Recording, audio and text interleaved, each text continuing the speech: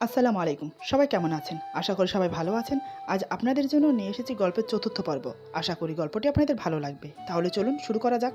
আমি অগ্নিদৃষ্টি নিয়ে নীরার দিকে তাকিয়ে বললাম, তোমার ফোন কোথায়? নীরা কিছু না বলে ভয়ে ভয়ে ফোনটা বের করে দেয় আমার হাতে। তখন আমার মেজাজটা খুবই খারাপ ছিল। তাই ফোনটাকে হাতে পেতে সজোরে আছাড় মেরে ভেঙে ফেললাম। আমাকে ফোন আছাড় মেরে ভাঙতে দেখেই নীরা একদরে বিছানার উপরে দেয়ালের সাথে ঘেঁষে গুটিসুটি মেরে বসে পড়ল।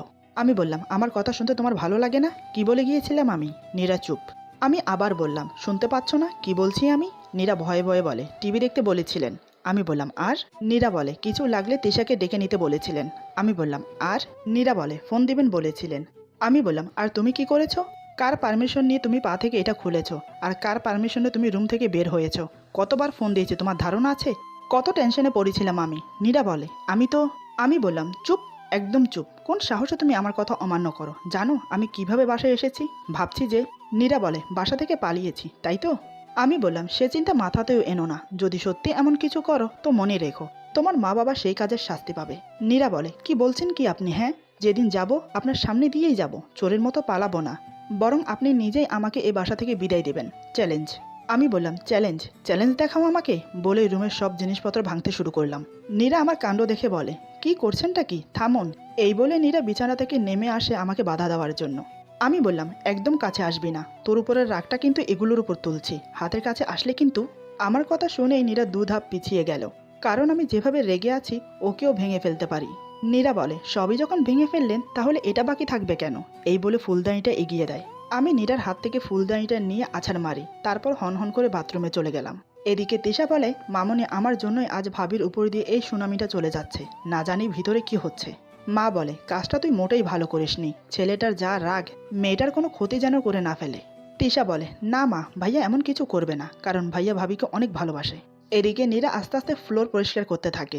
এরই মধ্যে আমি বাথরুম থেকে বের হই। নীরাকে ফ্লোর পরিষ্কার করতে দেখে আবার রেগে যাই। হ্যাঁচকা টান দেই নীরাকে। নীরা তাল সামালতে না পেরে পড়ে যেতে নিল। আমি নীরাকে ধরে নেই, আর নীরা ভয় পেয়ে আমাকে শক্ত করে জড়িয়ে ধরে। আমি নিজেকে ঝটকা মেরে ছাড়িয়ে নিয়ে নীরাকে বিছানার উপর বসিয়ে দেই। আমি বললাম, সাহস কি করে হয় তোমার? তুমি কাজ পরিষ্কার করছো, যদি হাত কেটে যায় তখন কি হবে? হ্যাঁ। নীরা বলে, আমি তো রুম পরিষ্কার। আমি বললাম, তোমাকে বলেছি আমি ফ্লোর পরিষ্কার করো? যেটা বলি সেটা তো করো না। আর সব কাজ ওস্তাদি করতে কে বলেছে তোমাকে? আমি নীরার খুব কাছে দাঁড়িয়েছিলাম। নীরা কাছ থেকে দেখছে আমাকে। আমার চোখে শুধু ওকে হারানোর ভয়। নীরা লক্ষ্য করলো আমার ঠোঁটে রক্ত জমাট হয়ে আছে। তখন নীরা আমার ঠোঁটে কামড় দিয়েছিল, তাই এমন হয়েছে। নীরা না চাইতেও ওর হাত আমার ঠোঁটে চলে আসে। এমন সময় তিশা দরজার বাইরে দাঁড়িয়ে বলে, ভাইয়া দরজাটা খোল প্লিজ। ভাইয়া, ভাবিকে মারিস না। আমি গিয়ে দরজা খুলে দিলাম। তিশা রুমে ঢুকে আগে নীরাকে দেখলো, তারপর পুরো রুম দেখে বলে, ভাইয়া কি করেছিস তুই এগুলো? বলেই আমার দিকে তাকালো। আমার চেহারা দেখে আর কিছু বলার সাহস পেল না। তাই ফরিদাকে, মানে কাজের মেয়েকে ডাকলো। ফরিদা এসে বলে, জি আপা। তিশা বলে, রুম পরিষ্কার করে দাও। ভাইয়া ভাবি চলো, খেয়ে নেবে। নীরা বলে, আমি এখন খাবো না, তোমরা খেয়ে নাও। আমি বললাম, যা, আসছি। তিশা চলে গেল। আমি নীরাকে বললাম, চলো খেয়ে নেবে। নীরা বলে, কি বললাম শুনেন নাই? আমি বললাম, তুমি কি চাচ্ছ আমি আবার কিছু করি? নীরা বলে, না না, আমি খাবো। আমি বললাম, চলো। এরপর আমরা দুজন খেতে বসলাম। নীরা বলে, আন্টি আমি বেশি কিছু খাবো না, শুধু একটুখানি। আমি বললাম, ভাত খাবে নাকি দুটো থাপ্পড় খাবে? কি খাবে জলদি বলো। নীরা আর কোনো কথা না বলে খাওয়া শুরু করলো। খাচ্ছে আর মনে মনে আমার 14 গোষ্ঠী উদ্ধার করছে। মা বলে, তোমাদের বাবা আজ আসবেন না, জরুরি কাজে চট্টগ্রাম যেতে হচ্ছে। ওনার শরীরটাও বেশ কিছুদিন ভালো যাচ্ছে না। বারণ করলাম কিন্তু আমার কথা শুনলো না। তিশা বলে, মামনি বাবাইকে বোঝাও, এভাবে চললে তো খুব জলদি কিছু একটা। আমি বললাম, এত কথা বলিস কেন? যত সব ফালতু কথা, চুপচাপ খা। বলেই আমি খাবার ছেড়েই উঠে গেলাম। তারপর বাড়ির বাইরে চলে গেলাম। নীরা বলে, দেখলেন, না খেয়েই চলে গেল। মা বলে, ও যায়নি। নীরা বলে, আপনি জানলেন কি করে? ও তো বেরিয়ে গেল। তিশা বলে, ভাবি ও আম্মুর কবরে গেছে।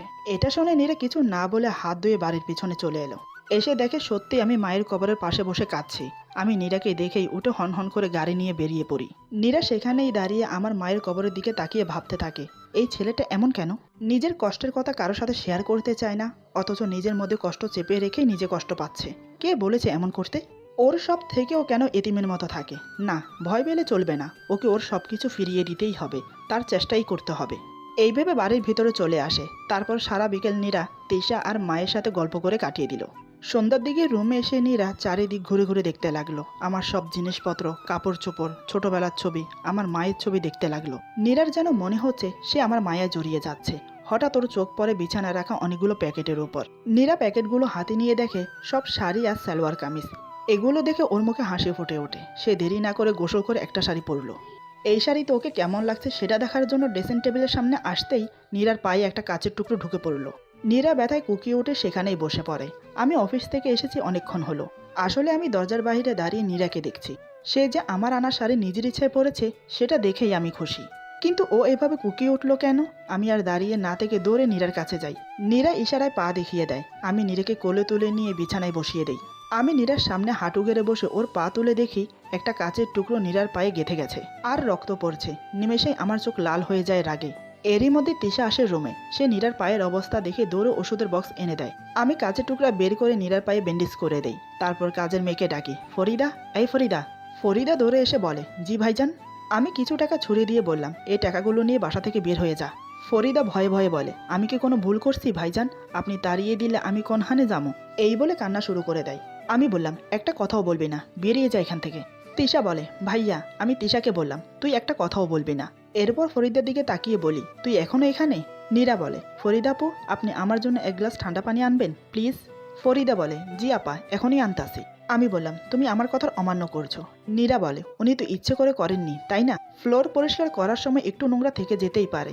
এতে করে ওনাকে তাড়িয়ে দেবার কি আছে? ওনাকে তাড়িয়ে দিলে উনি এখন কোথায় যাবে? আমি বললাম, আমি এত কিছু জানতে চাই না। ওর জন্য তোমার শরীর থেকে রক্ত পড়েছে, শাস্তি ওকে পেতেই হবে। নীরা বলে, তাহলে তো আপনাকেই আগে পিটানো দরকার, আপনিই তো ফ্লোর নোংরা করেছেন। এরই মধ্যে পানি এনে ফরিদা বলে, আপা পানি। নীরা পানিটা হাতে নিয়ে বলে, আপনারা এখন যান। ফরিদা বলে, আপা আমি? নীরা বলে, আন্টি রান্না করছে, ওখানে গিয়ে সাহায্য করেন, আমি আপনার সাথে পরে কথা বলছি। এই কথা শুনে তিশা আর ফরিদা চলে গেল। ওরা চলে যাওয়ার পর নীরা আমাকে বলে, পানিটা খান।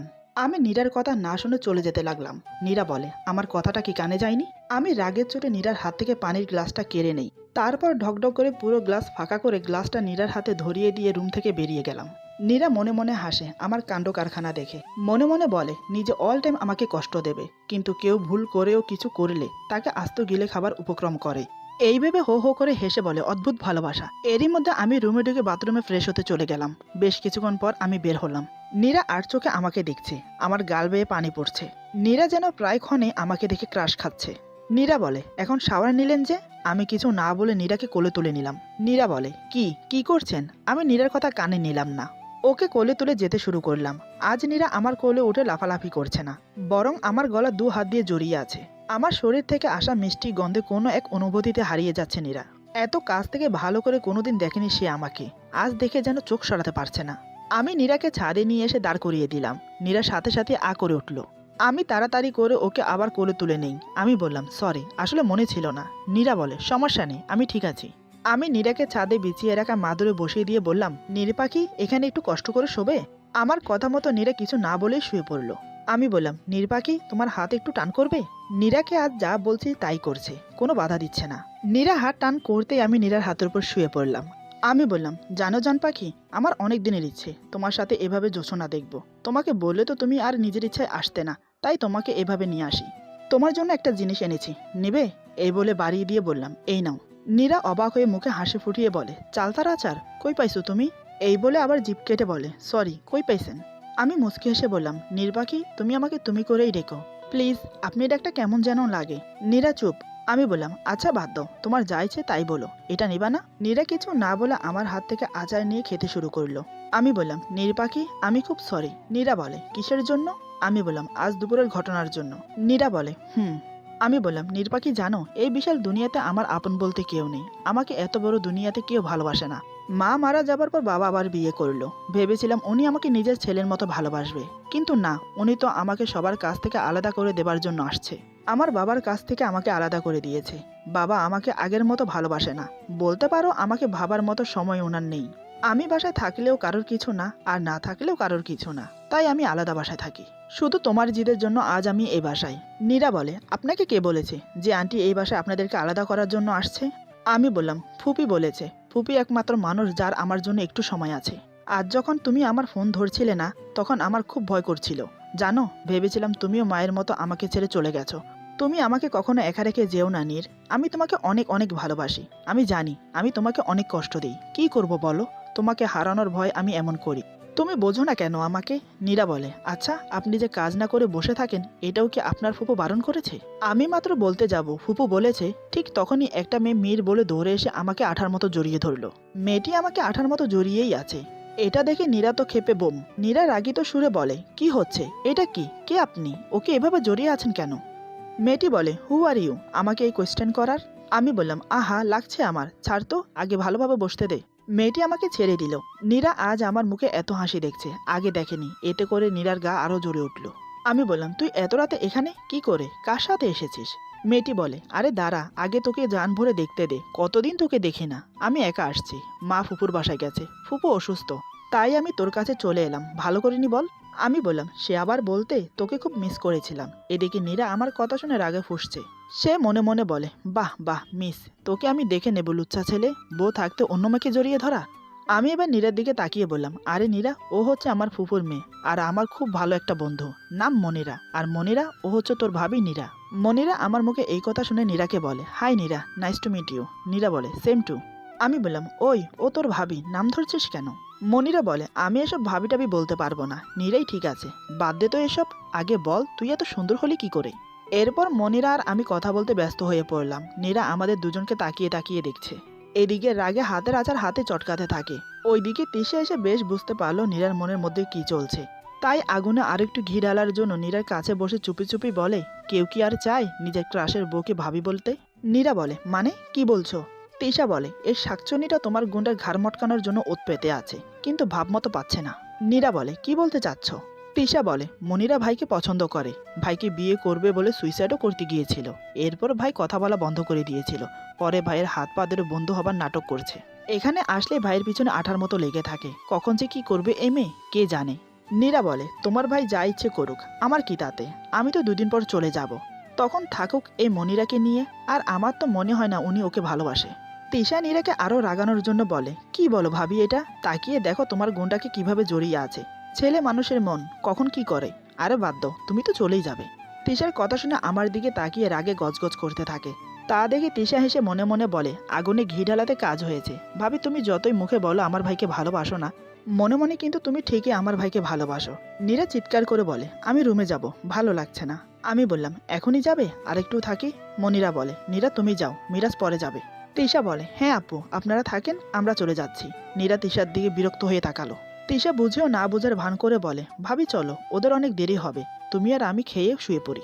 নীরা বলে, আমি একা যেতে পারবো না। তিশা বলে, আমি আছি তো, চলো ধরে নিয়ে যাচ্ছি। নীরা কিছু বলতে যাবে, ঠিক তখনই মনিরা আমার চুলে হাত দিয়ে নাড়াচাড়া করছিল।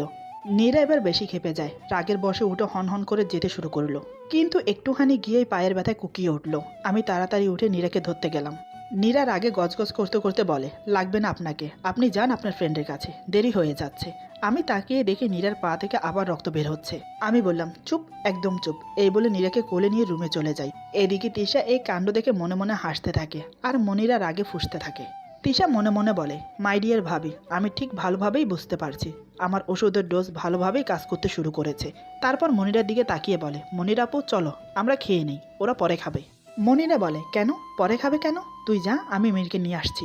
মনিরার কথা শুনে তিশা মনে মনে বলে, হ্যাঁ যাও যাও মনিরা আপু, তুমি না গেলে যে ওষুধটা ঠিকঠাক কাজ দেবে না। এদিকে আমি নীরাকে রুমে এনে বিছানায় বসিয়ে দিলাম। তারপর নীরার পা নিয়ে ব্যস্ত হয়ে পড়লাম। নীরা বলে, মেয়েটি আপনার বোন? আমি বললাম, হ্যাঁ ফুপুর মেয়ে। নীরা বলে, আপনাকে অমন করে জড়িয়ে ধরলো, আপনি কিছু বললেন না কেন? আমি বললাম, ও তো অমনই, বাচ্চাদের মতো যখন তখন জড়িয়ে ধরে। নীরা বলে, আপনি খুব মিস করেন না, খুব ভালোবাসেন? আমি বললাম, হ্যাঁ ছোট বোনের মতো। নীরা বলে, ছোট বোন হলে কি আর বিয়ে করার জন্য সুইসাইড করতো? আমি বললাম, কে বলেছে তোমাকে এসব? এমন সময় মনিরা এসে আমার হাত ধরে টেনে বলে, চল না মীর, খেয়ে নেই, অনেক খিদে লেগেছে। নীরা বলে, আপনি গিয়ে খেয়ে নিন, ও এখন যাবে না। মনিরা বলে, কেন, ও যাবে না কেন? নীরা বলে, ও খেয়েছে আর খাবে না, আপনি যান। আমি হাঁ হয়ে তাকিয়ে আছি নীরার দিকে। নীরাকে বোঝার চেষ্টা করলাম, কিন্তু কিছু বুঝতে পারলাম না। আমি মনিরাকে উদ্দেশ্য করে বললাম, মনি তুই যা, ফ্রেশ হয়ে খেয়ে নে। নীরা মনির নামটা শুনেই আমার দিকে তাকিয়ে থাকে। আমার কথা শুনে মনিরা চলে গেল। আমি নীরাকে বললাম, তুমি এমন করলে কেন? মেয়েটা মন খারাপ করলো। নীরা বলে, কেন মন খারাপ করবে? যান গিয়ে কোলে নিয়ে বসে মুখে তুলে খাইয়ে দিন। আমি বললাম, এমনভাবে কথা বলছো কেন, তুমি থাকো, আমি আসছি। নীরা রেগে বলে, একদম রুম থেকে বের হবেন না, এখানে চুপচাপ বসুন। আমি কিছু বলতে নিয়েও বললাম না, সোফায় বসে টিভি দেখতে লাগলাম। নীরা আমার দিকে তাকিয়ে মনে মনে বলে, খুব শখ না মনিরার কাছে গা ঘেঁষে বসে খাবার, ঘাটটা না একদম মোটকে দেব। কিন্তু আমার কেন এত গায়ে লাগছে? ও জাহান্নামে যাক, তাতে আমার কি? একটু পরে মনিরা এসে আমার পাশে বসে পড়ল। নীরা আর চোখে আমাদের দেখছে। মনিরা বলে, মীর চল ছাদে যাই, আজ সারা রাত আমরা গল্প করব। আমি বললাম, না রে, আমার শরীরটা খুব একটা ভালো না, আমি ঘুমাবো, তুইও খেয়ে ঘুমিয়ে পড়। মনিরা বলে, তো চল আমার রুমে, তেল দিয়ে তোর মাথা মালিশ করে দেই, ঘুম ভালো হবে। এই শুনে নীরা এবার জোরে জোরেই বলে উঠল, আমার খিদে লেগেছে, এক্ষুনি আমাকে খাবার টেবিলে নিয়ে চলুন। আমি অবাক হয়ে বললাম, তুমি না বললে খাবে না? নীরা বলে, আগে বলেছিলাম, এখন বলছি খাবো, আপনি নিয়ে যাবেন কিনা। আমি এসে নীরাকে কোলে তুলে নিয়ে যাই খাবার টেবিলে। এটা দেখে মনিরা রেগে যায়। খাবার টেবিলে এসে চেয়ার টেনে বসিয়ে দেই নীরাকে। আমিও একটা চেয়ার টেনে বসে পড়ি। নীরা বলে, আন্টি আপনার খাবার শেষ? মা বলে, না রে মা, আমি খাবো না আজ, তোমরা খেয়ে নাও, আমি খাবার বেড়ে দিচ্ছি। নীরা বলে, আন্টি প্লিজ আপনিও আমাদের সাথে বসে পড়ুন প্লিজ। মা বলে, না রে মা, মন চাচ্ছে না। নীরা আমাকে উদ্দেশ্য করে বলে, আপনি আন্টিকে খেতে বলছেন না কেন? আমি বললাম, আমি কি বলবো? নীরা বলে, থাক, আপনাকে কিছু বলতে হবে না, আমাকে রুমে নিয়ে চলুন। আমি বললাম, আপনি বসুন, আমাদের সাথে খেয়ে নিন। আমার মুখে এই কথা শুনে মায়ের মুখে এক ঝলক হাসি ফুটে উঠল। তাই দেরি না করে তাড়াতাড়ি খেতে বসলো। নীরাও খুশি হলো। আমি ফিসফিস করে নীরার কানে বললাম, আমাকে দিয়ে কি করাতে চাচ্ছ? বুঝি না, রুমে চলো, ব্যবস্থা করছি তোমার। নীরা আমার কথা কানেই নিল না, আরো উল্টো বলে, এই মাছটা আন্টির প্লেটে তুলে দিন। আমি কিছু না বলে নীরার কথা শুনে যাই। খাওয়া শেষ হলে আমি নীরাকে কোলে তুলে নিতে চাইলাম। নীরা বলে, থাক, লাগবে না, আমি যেতে পারবো, আপনি আপনার মনির কাছে যান, ও আপনার জন্য বসে আছে তো। আমি নীরার কথা না শুনে কোলে তুলে নিলাম। নীরা বলে, কি হচ্ছেটা কি? আপনার মনি যদি দেখে আপনি আমাকে নিয়ে এভাবে টানাটানি করছেন, তখন তো বেচারি। আমি তখনই নীরাকে নিয়ে হন হন করে রুমে চলে আসি। এসে দেখি মনিরা টিভি দেখছে। আমি বললাম, মনি তুই এখন যা। নীরা বলে, আমিও যাব তিশার কাছে। আমি বললাম, চুপ মনি, তুই যা। মনিরা বলে, কেন, এখন কি করবি? তুই বরং আমার সাথে চল। নীরা বলে, হ্যাঁ হ্যাঁ যান, আপনি ওকে নিয়ে যান, এখানে তো ওনার ঘুম আসবে না, উনি কত মিস করে আপনাকে। আমাকে বলে, আপনাকে ওনার অনেক কথা বলার আছে। মনিরা খুশিতে গদগদ হয়ে বলে, সত্যি? নীরা বলে, হ্যাঁ সত্যি তো। এদিকে নীরার কথা শুনে আমার রাগ চরমে উঠে যায়। আমি মনিরাকে রুম থেকে বের করে দিয়ে রুম লক করে দিই। তারপর আমি নীরাকে টেনে নিয়ে বিছানার উপর চেপে ধরে বললাম, নীর পাখি, তুমি কি মনিরার উপর জেলেক্স ফিল করছো? নীরা বলে, আমি কেন জেলেক্স ফিল করতে যাব? আমি বললাম, আমার কেন জানি মনে হলো তুমি মনিকে সহ করতে পারছো না। নীরা বলে, আপনার সবসময় কত কিছুই তো মনে হয়। জেলেক্স ফিল কার জন্য হয় জানেন? যাকে খুব বেশি ভালোবাসা যায়। আর আপনার উপর আমার কোনো ফিলিংস নেই, ভালোবাসা তো দূরের কথা। সো প্লিজ এসব বাজে কথা আমাকে বলতে আসবেন না। আপনার মন চাইলে মনিরার কাছে যেতেই পারেন। আমি বললাম, সত্যি তোমার কিছু যাবে আসবে না? নীরা বলে, না। আমি বললাম, ঠিক আছে, কিছু আসতে হবে না, এখন হাত টান করো, আমি ঘুমাবো। নীরা অন্যদিকে মুখ ফিরিয়ে বলে, পারবো না আমি। আমি বললাম, কি বললে? আমার কথা না শুনলে কি করবো জানো? এই কথা শুনে নীরা চুপচাপ হাত টান করে দিল। আমি নীরার হাতে মাথা রেখে ওকে জড়িয়ে শুয়ে পড়লাম। আমি এভাবে জড়িয়ে ধরাতে নীরার হাত পা কাঁপতে শুরু করে, বুকের মধ্যে ধুকধুক করতে শুরু করে। নীরা মনে মনে বলে, কি করছে কি ছেলেটা? বোঝে না এভাবে জড়িয়ে ধরলে আমি নিজেকে আর ধরে রাখতে পারবো না। নীরা বলে, আপনি একটু সরে গিয়ে ঘুমান। আমি বললাম, কেন? নীরা বলে, আমার অসুবিধা হচ্ছে। আমি বললাম, কেন? আমার মাথার ভারটা কি খুব বেশি হয়ে গেছে? নীরা বলে, তা নয়। আমি বললাম, ও। এই বলে মনটা খারাপ করে নিজের বালিশে গিয়ে শুয়ে পড়লাম। আমাকে দেখে নীরার একটু খারাপ লাগলো। নীরা বলে, আচ্ছা, এখানে এসে ঘুমান। আমি মন খারাপ রেখেই বললাম, থাক, লাগবে না। নীরা বলে, আমি আসতে বলছি। আমি মুচকি এসে আবার ওর হাতের উপর শুয়ে পড়ি, কিন্তু আগের মতো জড়িয়ে ধরিনি। ব্যাপারটা মোটেই ভালো লাগলো না নীরার, কিন্তু আমাকে কিছু বলল না। এরপর কখন যে ঘুমিয়ে পড়লাম দুজন বলতেই পারি না। মধ্যরাতে হঠাৎ করে অনুভব হতে লাগলো কেউ যেন আমাকে জড়িয়ে ধরেছে। চোখ মেলে দেখে আর কেউ না, নীরা। আমি ওকে দু হাতে আগলে ধরে মাথায় একটা চুমু খেলাম। তারপর ওর মাথাটা বুকের সাথে চেপে ধরে ঘুমিয়ে পড়লাম। সকালে নীরার ঘুম ভাঙে আমার আগে। ঘুম থেকে জেগেই দেখে ও আমার বুকের মধ্যে, আর আমি ওকে শক্ত করে জড়িয়ে ঘুমিয়ে আছি। নীরা চেষ্টা করলো আমার কাছ থেকে নিজেকে ছাড়াতে, কিন্তু নীরা নিজেকে ছাড়াতে পারলো না। নীরা বলে, হায় আল্লাহ, ঘুমের মধ্যে মানুষ এত শক্ত করে কিভাবে জড়িয়ে থাকতে পারে? নীরা নিজেকে ছাড়ানোর চেষ্টা না করে আমাকে দেখতে লাগলো। ওর চোখ চলে যায় আমার ঠোঁটের দিকে, দেখে এখনো লাল দাগ হয়ে আছে। নীরা আমাকে এই প্রথম এত কাছ থেকে দেখছে। আমাকে আজ একদম বাচ্চাদের মতো লাগছে ওর কাছে। আমার চুলগুলো সত্যিই খুব সুন্দর। নীরা আমার চুলে আঙ্গুল দিয়ে নাড়াচাড়া করতে লাগলো। তারপর জানি না ওর কি হলো, হঠাৎ নীরা আমার ঠোঁটের কাটা স্থানে হাত দিয়ে দেখলো। নীরা আজ আমার মায়ায় জড়িয়ে গেছে। এত কাছে কোনো ছেলে থাকলে সব মেয়েরই একটু কষ্ট হয় নিজেকে আটকে রাখতে। সেটাও নীরার সাথে হলো। সে নিজেকে আর আটকে রাখতে পারছে না। হঠাৎ সে আমার ঠোঁটে হালকা করে কিস করে। এমন সময় আমি তাকিয়ে বললাম, নীর পাখি, তুমি এটা কি করলে? নীরা বলে, কই কি করলাম? আমি ওকে আরো শক্ত করে জড়িয়ে ধরে কানে ফিসফিস করে বললাম, আমি সব বুঝি এবং দেখি, তোমার কিস চাই তো? এই বলে আমি ওর ঠোঁটে ঠোঁট ডুবিয়ে দিলাম। ওর মাথা শক্ত করে চেপে ধরি। আমার এক হাত চলে গেল ওর কোমরে। ওর কোমর চেপে ধরতে নীরা কেঁপে উঠে আমার ঘাড় চেপে ধরে। তবে আমার একটানা কিস করাতে মেয়েটা হাঁপিয়ে ওঠে। হঠাৎ থাকতে না পেরে যা করলো, যা বলল তা শুনে এবং দেখে আমি হয়রান। এ কেমন মেরে বাবা, আমি তো অবাক হয়ে তাকিয়ে আছি। এরপর যা হলো। আজকের গল্প এখানে সমাপ্ত। গল্পের বাকি অংশ পেয়ে যাবেন আগামী পর্বে। আশা করি গল্পটি আপনাদের ভালো লাগবে। যদি ভালো লাগে তাহলে লাইক, কমেন্ট এবং সাবস্ক্রাইব করে আমাদের পাশে থাকুন। সবাই ভালো থাকুন। আল্লাহ হাফেজ।